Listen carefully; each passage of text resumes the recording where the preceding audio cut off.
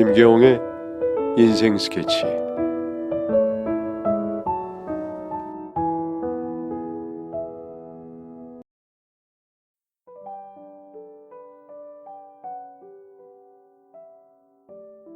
(50대) 남자 서진원이라고 합니다. 흔히 사랑이라는 것에는 유통기간이 있다고들 이야기하는데 9번을 만나고 10번을 헤어져도 지울 수 없는 사람도 있다는 말씀을 드리고 싶어서 이렇게 사연을 보냅니다. 한참을 돌고 돌아서 늦게라도 사랑을 되찾게 된 제 오래된 사랑 이야기를 해볼까 합니다. 제가 그녀를 처음 만난 건 1988년도 고등학교 2학년 때였습니다. 그 당시 제가 가장 친한 친구였던 현석이가 옆 동네로 이사가면서 알게 된 여자친구가 하나 있었는데 그 아이가 제 운명의 사랑 성아였습니다. 처음에는 현석이 보려고 옆 동네에 놀러 갔다가 배가 고파서 함께 떡볶이 집에 갔는데 거기서 떡볶이를 먹다가 현석이와 인사를 주고받는 성아의 모습이 꽂혀버렸어요. 솔직히 그때 당시 저에게 성아가 첫사랑이냐 하면 그런 건 아니라고 봅니다.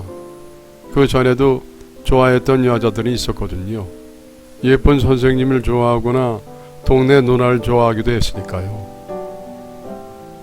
하지만 성아는 지금까지 좋아한 여자들과 느껴지는 감정이 달랐습니다. 성아와 친해지고 싶었어요. 그 마음을 어떻게 전할까 싶어 고민한 끝에 편지를 쓰기로 했습니다. 국민학교 때 선생님이 시켜서 어버이날 감사 편지 외에는 써본 적이 없던 제가 성아에게 편지를 쓸 생각을 한 것이 그때 당시의 분위기가 그래서였는지 아니면 조금 다르게 느껴지는 감정 때문이었는지 모르겠네요.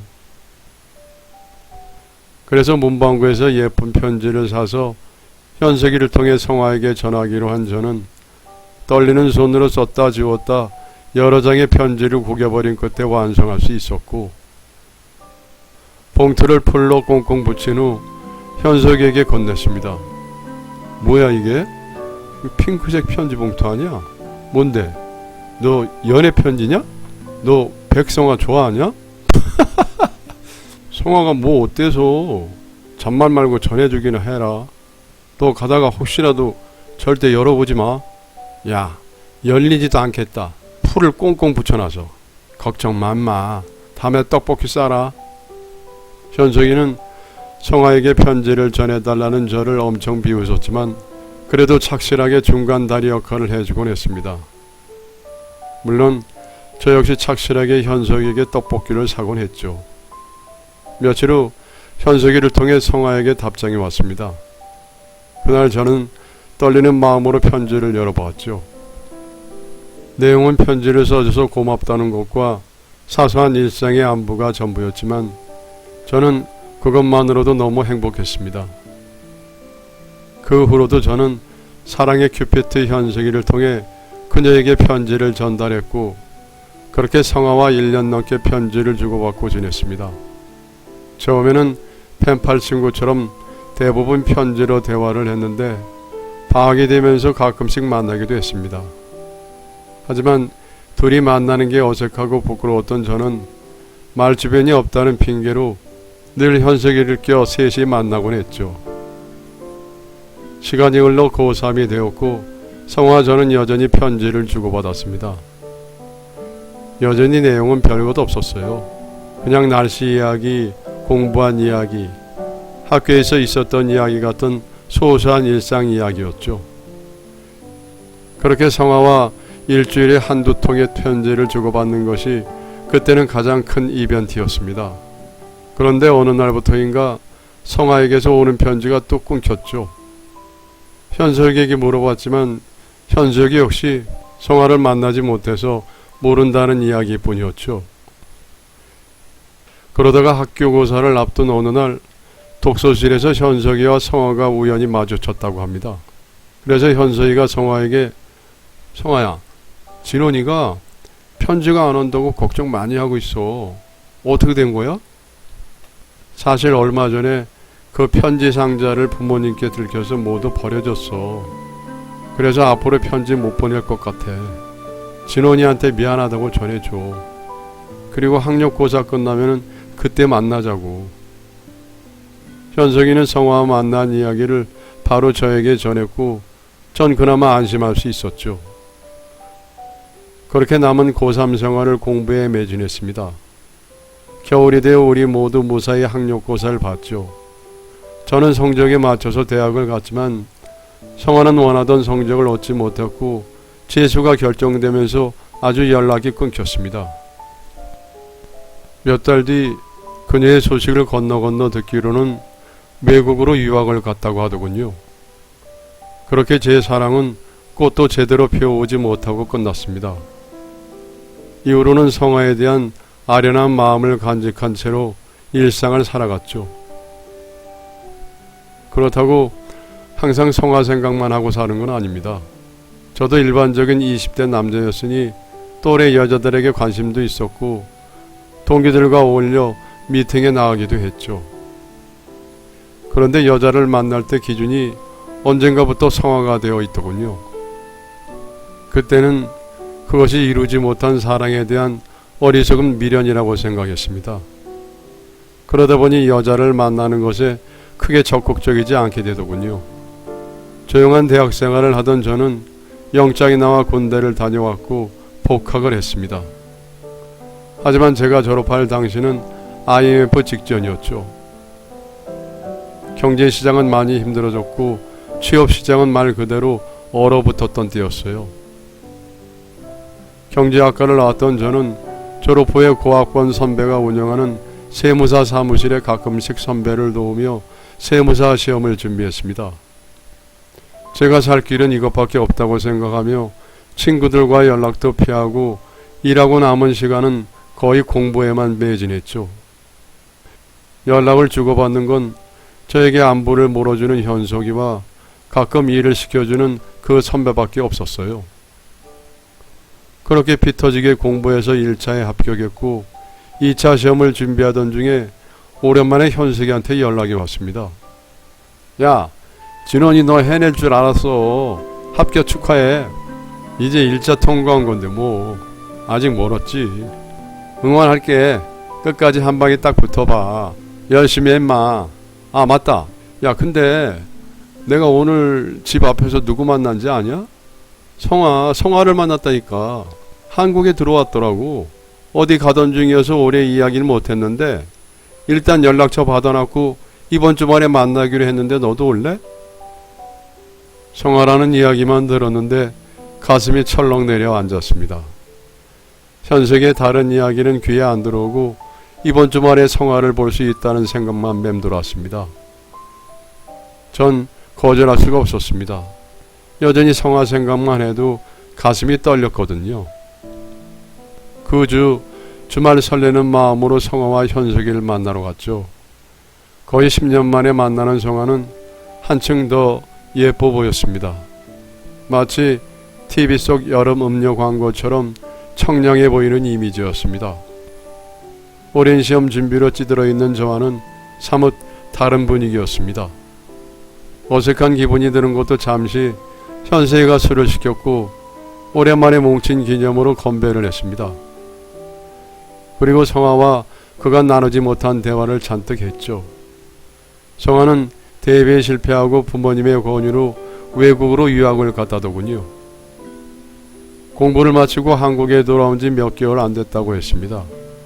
그리고 앞으로는 전공을 살려 아버지 회사에 들어가 차근차근 일을 배울 거라고 말했습니다. 그때 성화의 부모님은 꽤나 큰 회사 사장님이라는 사실을 알게 되었죠. 그런데 알고 보니 성화에게는 가슴 아픈 사연이 있더군요. 원래 성화보다 4살 많은 오빠가 한 명이 있었는데 중학교 때 사고를 당해서 세상을 떠났다고 했습니다. 그 이후 부모님이 많이 힘들어 하셨다 하더군요. 부모님께서는 자식은 이제 본인밖에 없다고 생각하시고 그 기대에 부응하기 위해 성화는 최선을 다했지만 부모님의 높은 기대를 충족시켜드리기에는 한참이나 부족했다고 합니다. 그래서 재수를 하다가 어머니의 권유대로 유학을 갔는데 부모님과 떨어져 지낸 유학생활 8년이 참 행복했다고 했습니다. 그날 저녁 우리 셋은 많은 이야기를 나누었고 성화와 전 헤어지기 전에 휴대폰 번호를 교환했습니다. 그렇게 문자 메시지로 주로 대화를 주고받던 우리는 자연스럽게 컴퓨터 메신저도 대화를 나누게 되었죠. 그렇게 고등학교 때 꽃 피우지 못했던 제 사랑은 비로소 꽃봉오리가 활짝 피었습니다. 이제는 현석이 없이도 성화와 이야기도 나누고 같이 밥도 먹고 영화도 봤어요. 퇴근 후 만나 술 한잔하면서 푸념하기도 하고 손을 잡고 동네 산책을 하기도 했습니다. 어느 날은 성화의 유학 시절 이야기를 들으며 저는 아직 가보지 못한 외국을 간접 체험하기도 했죠. 성화가 일하는 분야의 업무 이야기를 듣기도 하며 즐거운 시간을 보냈습니다. 사실 그냥 성화랑 얘기하면 모든 게 다 즐거웠던 것 같아요. 반대로 성화는 한국에서 대학을 다니지 않아서 그런지 제 대학 시절 이야기를 듣는 것도 무척 좋아했습니다. 그렇게 즐거운 얘기를 나누다가도 성화는 부모님 이야기가 나오면 시무룩해졌죠. 제가 아버지나 어머니 아니면 형과 함께 있었던 이야기를 하면 성화는 부러워했어요. 눈치로만 봐도 성화네 집은 우리 집과 분위기가 많이 달라 보였지만 그에 대해서 물어보지는 않았습니다. 그렇게 시간이 흘러 성화와 전 연인으로 지낸 지가 1년이 되었습니다. 하지만 성화와의 만남이 너무 기쁘고 들떠서 그만큼 공부에 소홀히 했기 때문에 세무사 2차 시험은 떨어지고 말았습니다. 그 당시 우리는 28살이었죠. 물론 공부에 소홀했다는 것을 저 역시 느끼고 있었기에 각오했던 결과였지만은 마음이 조급해지더군요. 그 이유는 바로 성화의 어머니 때문이었습니다. 사실 2차 시험 보기 얼마 전에 성화 어머니가 저를 찾아왔었죠. 제가 현재 수험생이라는 걸 알게 된 성화 어머니는 성화에게 저와 헤어질 것을 종용했으나 성화가 못 헤어진다며 고집을 부렸고 그래서 저를 찾아오신 것 같더군요. 성화의 어머니는 제가 지금까지 알지 못했던 성화의 가족사를 모두 말씀해 주셨습니다. 진원군이 알고 있을지 모르겠지만 성화는 내 친딸이 아니에요. 성화 아빠가 밖에서 나온 딸이죠. 저는 처음 듣는 이야기에 깜짝 놀랄 수밖에 없었죠. 성화의 어머니는 자신이 그녀의 친엄마는 아니지만 성화를 아버지의 호적에 올리도록 허락해 준 사람이고 무조건 부모의 뜻대로 살아야 한다는 말씀을 하셨습니다. 그리고 성화는 세상을 떠난 성화 아빠를 대신할 만한 능력 있는 사람과 결혼시킬 생각이라고 했습니다. 그쪽은 성화의 짝이 될 수 없어요. 우리 집안에 어울리지 않거든요. 하지만 성화가 계속 고집을 부리니 조건을 걸겠습니다. 2차 시험을 합격하면은 교제를 허락해 주겠어요. 하지만 떨어지면 진원군이 헤어져 주세요. 성화의 어머니는 단호한 얼굴로 엄포를 두고 돌아가셨고 전 성화에게 어머님을 만났다는 사실을 따로 이야기하지는 않았습니다. 그리고 세무사 시험도 대부분 2, 3년 정도 기간을 두고 보기 때문에 아직 1년도 시간이 있을 거라고 전 생각했죠. 저는 이번 시험에는 꼭 합격해야 한다는 생각에 성화의 만남도 줄이고 공부에만 매진했습니다. 그러다 보니 예전만큼 애틋한 느낌은 줄어들고 서먹하더라고요.